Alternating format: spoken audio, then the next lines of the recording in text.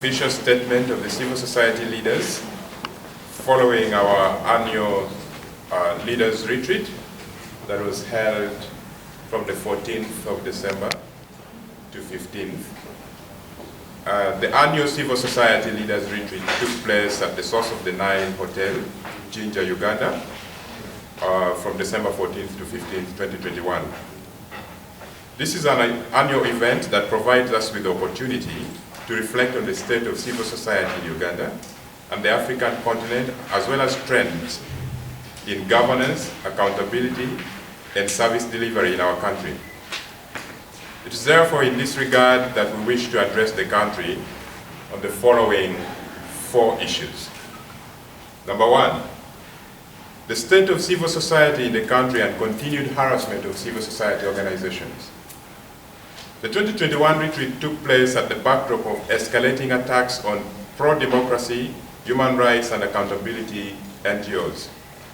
In August 2021, the Bureau for Non-Government Organizations announced the suspension or closure of operations of 54 non-governmental organizations, citing non-compliance with the NGO Act.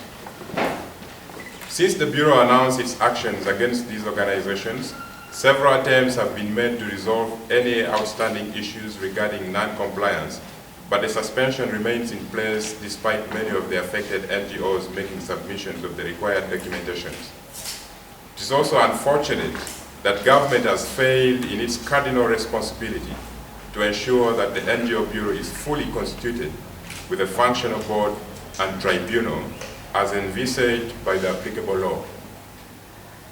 We therefore call upon the NGO Bureau Secretariat to lift the suspension of the affected organizations. Number 2, corruption and stealing of public funds and assets. Since the launching of the Black Monday campaign, civil society leaders across the country have been at the forefront of the campaign against corruption. Our approach has been to mobilize the citizens to take primary responsibility to shun, name and shame, and where possible, pursue legal actions against corruption. However, it is unfortunate that since then, the government has consistently harassed all those that attempt to fight corruption through citizen mobilization, including, previously, the arrest of Black Monday activists. It is unfortunate that in spite of official declarations, the government has shown little or no unequivocal commitment to tackle the cancer of corruption that is eating the fabric of the Ugandan society and undermining the delivery of public services to our people. The President's recent statement that officials who steal government money and invest it in the country should not be subject to lifestyle audits as long as they invest the money in the country. This statement could be misinterpreted as a tacit official approval of corruption.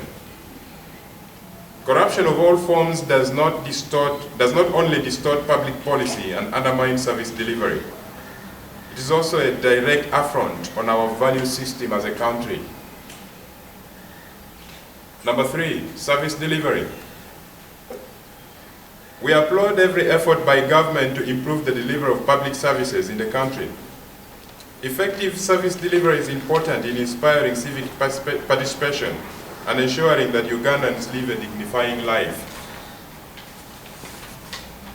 While we welcome the progress being made on the reopening of the school system early in 2022, we believe that Ugandans are owed an explanation of how and why it was necessary to keep our nation's children out of school for this long, while children across the world continued with their learning programs. We therefore call for an independent inquiry into the handling of the education during this COVID-19 pandemic as a way of ensuring the government has the understanding and the tools to ensure uninterrupted learning for our children in any future pandemic situation. We express solidarity with Ugandan doctors and health workers who have demonstrated unparalleled resilience in the face of hostile, poor working conditions and poor remunerations. In the same spirit, we condemn the arrest and harassment of medical interns on December 15th, 2021, as they peacefully went to deliver their petition to Parliament. We call upon Parliament to inquire into who ordered this arrest and demand that those arrested be released immediately and unconditionally. Now, ladies and gentlemen, it's been a difficult year, but it has come to an end. And now, or before that, there is number 4, respect for human rights and electoral violence. We condemn in the strongest terms the continuing violations of human rights by elements within the security forces and regime officials who attempt at rationalizing such violence. All forms of violence have no place in our society. Now, as I was saying about the difficult year, the year has come to an end, and we would like now to take this opportunity as the civil society sector to wish all Ugandans a Merry Christmas, Happy Holidays, and a prosperous New Year for God and my country.